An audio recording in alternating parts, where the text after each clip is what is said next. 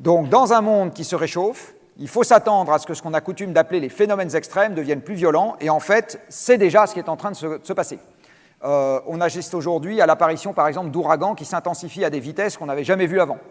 En 24 heures, ils passent de un peu plus de dépression tropicale à ouragans de catégorie 4 ou 5. Ça, c'est des trucs qui n'existaient pas avant. Vous voyez des ouragans qui sont des monstres en termes d'étendue. Vous voyez des ouragans qui sont des monstres en termes de précipitation maximale, etc. Tout ça n'existait pas avant. Donc et ça va continuer. Et comme par ailleurs, l'expérience est faite pour la première fois, il y a quelque chose d'absolument certain, c'est qu'on ne sera pas capable de tout prévoir. Et quand on n'est pas capable de tout prévoir, ça veut dire qu'on a des surprises.